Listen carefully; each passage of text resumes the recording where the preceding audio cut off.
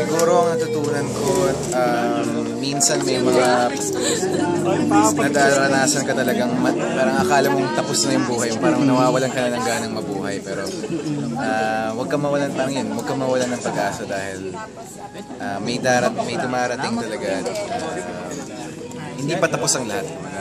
May liwanag pa rin sa buhay. Paano mo ino-hone yung craft mo? Paano mo ino-improve yung acting mo? Kasi di ba marami nakapansin na iba na yung atake mo sa character. Akin dito parang as much as possible, yun lang, focus lang talaga sa character.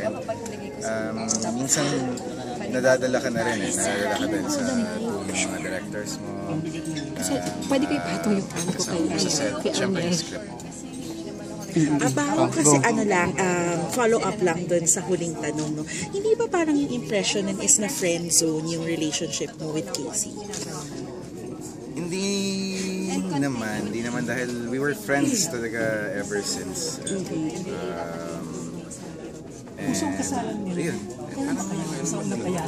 Pero yung watch her interview sa Chris TV na parang...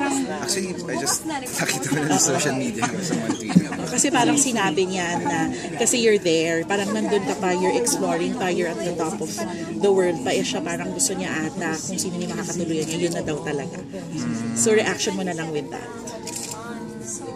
Tama naman yung sinabi. Or hindi ka pa ready na makipag-commit ng, alam mo na, serious relationship?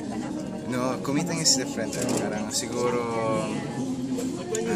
now ang dami rin kailangan pagtuunan ng pansin, we're both busy.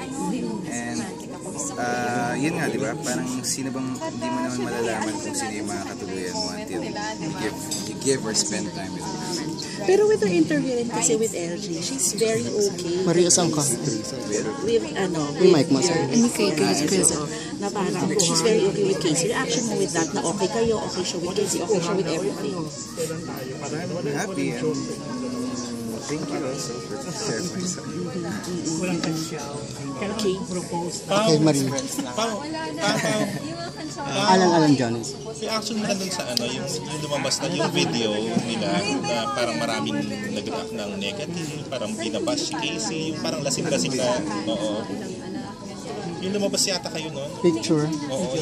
Picture, no? Hindi naman, grabe naman it's not lasing dito. Siyempre, we were having drinks with friends. Yung nag-night out sila. And parang hindi naman lasing yan. Nagkataon lang na parang yung promotion ng bar. Parang gano'n yun. Kuna ng picture. But it's not. Hindi siya ngenge. Never naman naglasing kami. Pero meron siyang video na kumakanta sila sa street, ha? Yung mga friends niya. Baka they're just having fun. Pao maraming nadismaya at nalungkot. Hindi ka nila nakitaan ng ganun ka-sexy sa Cosmo. More skin daw pero parang... Lalo na sa Ben. Bitin daw. Bakit ganun, Pao? Bakit parang galit ka lang dun sa stage? At wala nang iba. Oh. Naghubad ka lang ng ganun. Kasi belt lang daw. Oo nga, belt lang. Akin kasi parang... Hindi mo pa binigay sa akin yung belt. Nasa baba ko. Hindi, akin naman parang sexiness isn't just about stripping off or going out in your underwear, going out naked. Parang, sometimes nasa aura rin that you parang nilalabas mo na binibigay mo. Kasi second time mo na yun, tapos parehong lang, sema, parang ganun lang. Pantalon din lang. Hindi, yung first one, grabe naman yung first. At second, it's different. And parang, the timing rin sa team. Parang syempre yung team, you're the CEO. Hindi ka talaga comfortable sa nabakita na.